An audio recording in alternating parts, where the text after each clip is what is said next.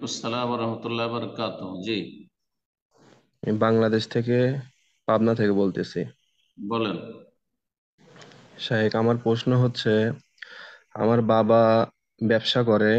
তো বাবার ব্যাংকে লোন আছে, এবং আমি একসাথে থাকি না বাবার সাথে, আমি আলাদা বাসায় থাকি আমার ফ্যামিলি নিয়ে। কিন্তু মাঝে মাঝে, সপ্তাহে একদিন কি হঠাৎ মাঝে মাঝে বাবার বাড়িতে যাইতে হয়, একসাথে খাওয়া দাওয়া করি। বা বা বাসায় ভালো কিছু রান্না হলে আমার বাড়িতে দিয়ে যায়। তো এক্ষেত্রে এই খাবারগুলো আমি খেতে পারবো কিনা, বা আমার মানে, যেহেতু আমি শুনছি যে মানে ইবাদত কবুলের শর্ত হচ্ছে হালাল রুজি বা হালাল খাদ্য। তো এই বিষয়টা একটু জানালে পরে ভালো হতো বিষয়। এবাদত এবাদত কবুলের শর্ত নয়, দোয়া কবুল। দোয়া কবুলের জন্য হালাল রুজি। আর এবাদত একটা লোক যদি হারাম খায়, সুদ করতো, নামাজ রোজা কবুল হবে না। হ্যাঁ, হজে যদি পয়সা নিয়ে আসে, হারাম পয়সা, তখন কবুল হবে না, যেহেতু ওই পয়সা দিয়ে হজ করেছে বা উমরা করেছে। কিন্তু নামাজ পড়েছে একটা লোক, হারাম খায়, সুদ খায়, ঘুষ খায়, হ্যাঁ, চোর ডাকাত, তো নামাজ কবুল হবে না। এই জন্য আমাদের দেশের কিছু বক্তাদের ফতোয়া এগুলো। এবাদত কবুল হবে না হারাম খেলে, ভুল কথা এটি। সাধারণ মানুষের কথা অথবা বক্তাদের কথা, বক্তার আলেম নয়। কোরআন সুন্নাহর কথা হচ্ছে যে ফান্না ইউস্তাজাবু লিযালিক, যে হারাম খায় তার দোয়া কি করে কবুল হবে।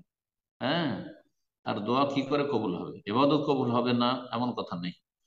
তো এটি একটি সংশোধন করে নেন বিষয়টি। আর দুই নম্বর কথা হচ্ছে, আপনার বাবা মা লোন নিয়ে রেখেছে, কিন্তু তার সমস্ত ধন সম্পদ অথবা ইনকাম সবগুলি তো আর হারাম নয়।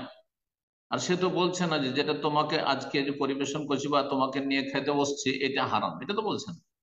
শুধু এমন ব্যক্তি তো অধিকাংশ লোক আমাদের সমাজে, অধিকাংশ লোক যাদের রুজি হচ্ছে মিক্স, হ্যাঁ, হারামও আছে হালাল আছে, তাদের বাড়িতে খেতে অসুবিধা নেই, তাদের বাড়িতে খেতে অসুবিধা নেই।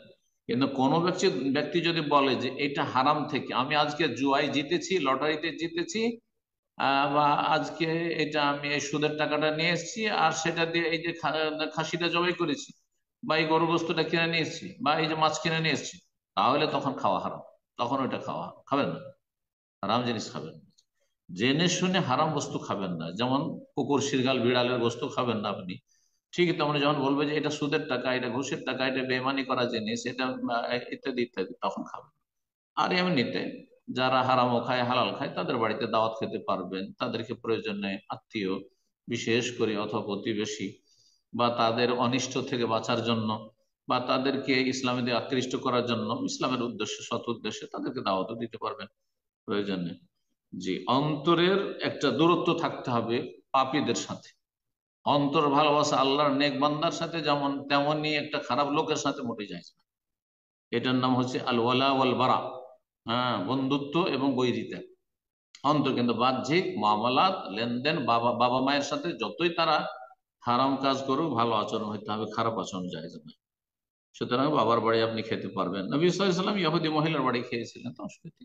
ইহুদিরা তো হারাম খায়, সব যুগে, ওই যুগে 1400 বছরে কোরআন নাযিলের এর যুগে আল্লাহ বলছেন ওয়াকলেহিমের রিবা, তারা সুদখোর জাতি।